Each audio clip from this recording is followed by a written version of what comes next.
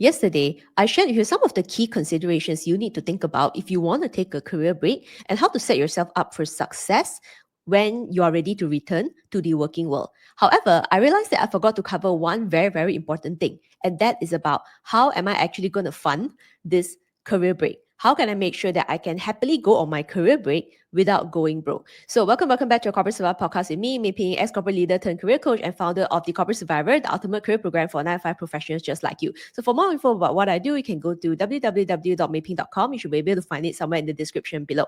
Okay, so getting back to the practical question around, okay, Meiping, if I have already decided I'm going to take a career break, but what can I do to make sure that my finances are in order? I will have money to sustain this period of my career break, so that I don't stress out over money. Super, super fair question. And in today's episode, we can consider it the part 2 of the career break episode. I'm going to share it with you in 2 categories as well. So the first part, I'm going to share with you what to do now, right? You're already going to go on the career break. So 2 things that you need to think about now. And on the second half of today's episode, I'm going to share with you the 2 things that you can set yourself up for the future in case you need to take a career break, a rainy day, right? Some family situation or some personal situation that pop up maybe in the future. So the first part, as I said, is something that you can do now and you should do now before immediately like resigning and going on break, to do now. Then the second part, we're going to talk about like future for your future in case you want to take a career break at some point in the near or far future. So let's talk about the 2 things that you really, really need to get clear before, quitting your job and going on a career break. Now, 2 questions for you. And these are the exact 2 questions that I thought about before taking my career break as well. So first question is, how long do you think you're going to take this career break? Like how long is your career break going to be? Now, this is a very important question because if you don't know how long your career break is going to be, it's going to be very difficult to plan, which then ties into the second super related question, which is how much money do you need to survive, right, in your life, right? Basically, you're not going to be working. So how much money do you need every single month to continue on the lifestyle that you're going to go on, right? So these 2 questions are super duper related because first thing is that, like, if you don't know how long you're going to go on a career break, then how do you know whether your existing savings is even enough to sustain this period that you're going to go on a break? And that is very dangerous. And I usually don't recommend any of my clients or corporate survivor members to just, drop everything and then go be happy, go lucky, and then stress out later. The reason is because, like, if you don't know how long the career break is going to be, then you don't want to be in a situation whereby, one day you wake up and then you realize that, oh, I don't have any more money, and money is very tight. So that means that I need to now urgently go and apply for a job. And it's not that you can't get a job urgently. The thing is that, like, what is your state of mind? Like, what is your mindset going to be? And your emotions are going to be when you're in a state of financial stress, then it's like you desperately need to get the job. And that is like not a good feeling to be in, because likely you will end up settling for a job that may or may not be suitable for you, which is not a good thing. So really, really ask yourself clearly, right? How long do you think the career break is going to be now? You may not have a very specific or definite answer. Like for me, that time when my mom was quite ill, I told myself that, well, I think it's going to be at least 6 months, realistically, maybe a year or 2. But that was like a rough number I had in mind. So now that I had a rough number in mind, then I started calculating how much do I need to survive every single month. So these should include things like mortgage, if you have a house, rental, if you're renting, transportation costs, like maybe car, amount of money for food, your insurances, whatever, like the stuff that you are paying out every single month. You should calculate it for the timeline that you are thinking of in terms of career break. And you might also want to double it in case something else happens, right? So it kind of gives you a bit more leeway to continue to extend the break, and also gives you a little bit more leeway in case, you're ready to get back to the working world, but you want to take a little bit more time to look for a role that makes sense for you. So it kind of gives you a little bit more space, which I think is really important. So please do not go on a career break without thinking about these two important questions. Because if you cannot plan, or if you don't, I won't say cannot, but it's like if you don't plan financially, you don't plan around your savings, then you are not going to have a very peaceful career break, okay? Because every time you're going to be thinking about, oh, how much money, do I still have? Can I survive this month? Oh shit, what about next month? What about next month? Oh, I need to get back on your job. I've been applying, but I don't feel I'm getting back. And then I'm feeling terrible, right? My mood is so bad, and every single day, then the career break is not gonna, fulfill any purpose, right? If you're taking a career break for mental health, and like that financial stress situation is definitely not going to be helping your mental health. So take out a piece of paper, really write it down very clearly, the two questions that I've just said. So recap, how long you think the career break is going to be, and how much money do you need to survive, right? So basically your lifestyle every single month. So calculate those numbers and then times 2. So the times 2 allows you to have more space, more leeway in case you need to extend the break, or it also gives you a little bit more time to seek out the right roles, right, before you actually accept the new company, the new job offer. Is something that, it would be a good opportunity. I don't want you to just jump on an opportunity because that's the only one and you were already desperate. So I don't want you to be in that situation.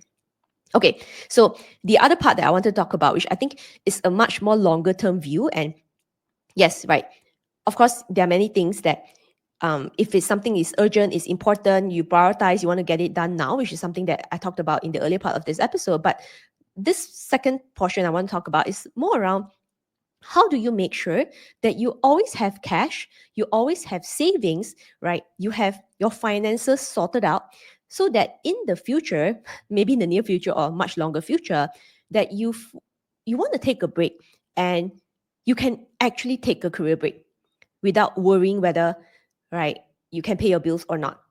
So there are two strategies that personally, these are things that I have been applying in my career that actually made it really easy for me to just decide that, okay, I'm going to quit. I know I have the money. I know I have the finances.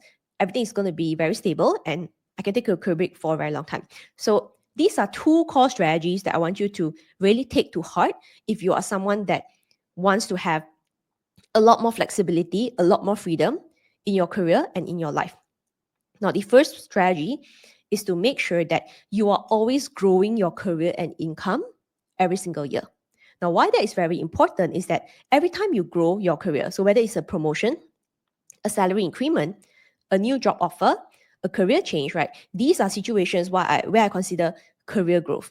So with each career growth, right, each sort of like next opportunity, the next phase of your career, most of the time you are being rewarded on a monetary basis, right? So if you're going to get promoted, then means more money.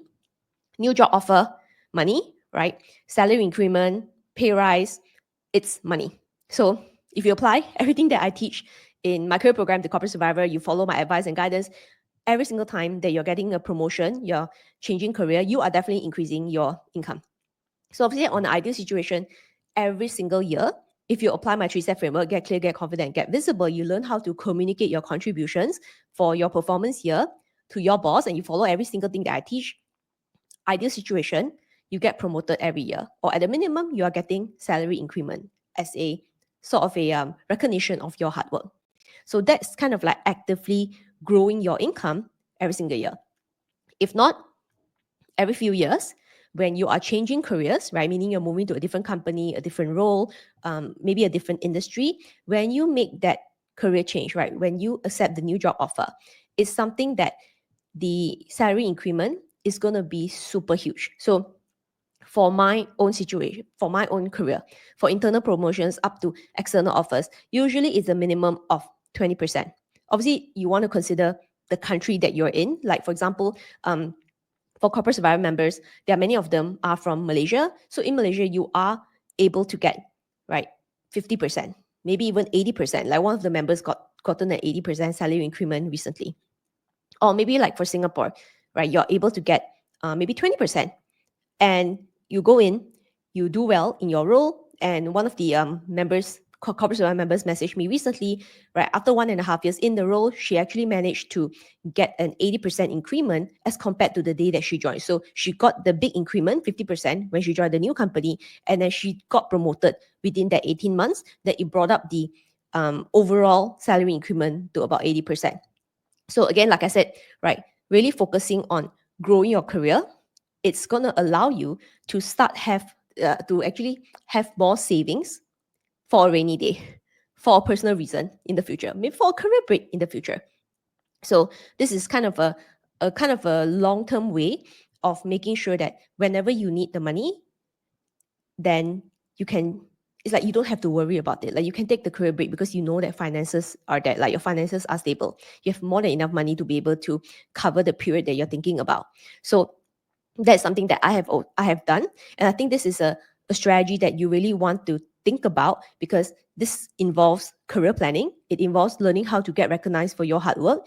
It involves learning how to communicate and articulate your contributions in a way that your boss will recognize you with promotions, increments, and new opportunities. It also involves learning how to articulate your value and finding the right time to make a career change and selling, positioning your value in your resume, LinkedIn, and interviews. And that's kind of like part of the job search element. So there are a lot of like strategy and very, very specific steps in there. And this is something that is taught in the Corporate Survivor Career Course. So if you want to learn more about the program, you can go to www.meiping.com. Okay, so moving on to the second part of the strategy. So remember what I said just now, I'm going to share with you two strategies. So that, like I said, the first one is making sure that you are actively growing your career every single year, right? So promotion, salary increments, a huge pay rise when you're changing careers in an ideal situation. However, I think the second part, in terms of like actually making that strategy successful, like being successful to get like the increments, right, the pay rises and so forth, is something that is actually more fundamental. And that's about like being that person who is deserving of the promotion and the increment. Now, this is a little bit different, because actually getting that promotion and increment, right, it covers around like communication, right, packaging, articulating your value. But when I say becoming that person who is actually deserving of it, this actually comes from inner confidence. It comes from career confidence. It comes from knowing that you are doing a good job, knowing that you are delivering at your job, so that you have the inner confidence to have that conversation with your boss. You have the clear clarity to be able to identify and articulate all the hard work that you have done. So this is more what I consider the fundamental corporate mindset, the fundamental corporate skill set, so that you can meet expectations, exceed expectations, meet KPIs, over deliver, so that you will have the confidence when the time is right, which is your mid-year and year-end, to be able to communicate and articulate. So I'll say that, like I said, this is a little bit more of the fundamental element that you really, really need to master.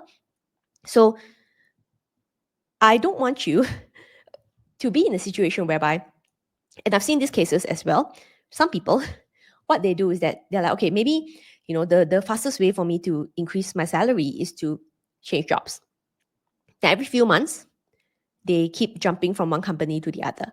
However, what happens is that at some point, right, their salary and career level is going to stay stuck. The reason is because they have not really learned to adapt at any job. So they haven't gone through the process. They haven't gained full clarity. They haven't learned how to really build relationships. So they go jumping around. It feels fun initially, right? Maybe in the first like 2 jobs, right? You're able to get salary increments. But guess what? At some point, right, your company, your boss, the management team is going to realize that, like, hey, this person, right, doesn't really know anything. But this person is asking for a very high salary. And of course, you need to remember that when you join a company, when you start on a role, with a lot, you're asking for a lot of money, the expectation is going to be very high. And that time, if you don't really have a clear foundation around, job clarity, meeting expectations, managing relationships, people skills, work organization, work structure, presentation skills, handling work, performance reviews, and so forth, it is going to be a struggle. And you will eventually reach a point that your career level is going to stagnate. Your salary is going to stagnate, because guess what? Everybody around you know that you actually can't do it. You're all top, but you cannot deliver. But the worst thing is that inside, you also know that you probably rushed it, and you always feel that little bit of like uncertainty of like, I don't think I can do it. I always worry on like someone finding out that I don't know how to do this and that. So this is not a good feeling. So what you want to do is to really make sure that you focus on the fundamentals. So in the corporate survivor, I really, really focus on career clarity, career confidence, competence, and then only we talk about visibility. And I can tell you that there are also many people who come to me and say that, MEI Phing, I don't want to learn all these like fundamental stuff. Like, I don't care. But just teach me how to ask for a promotion. Just teach me how to ask for a salary increment. I've been at this job for 5 years. I haven't gotten promoted once.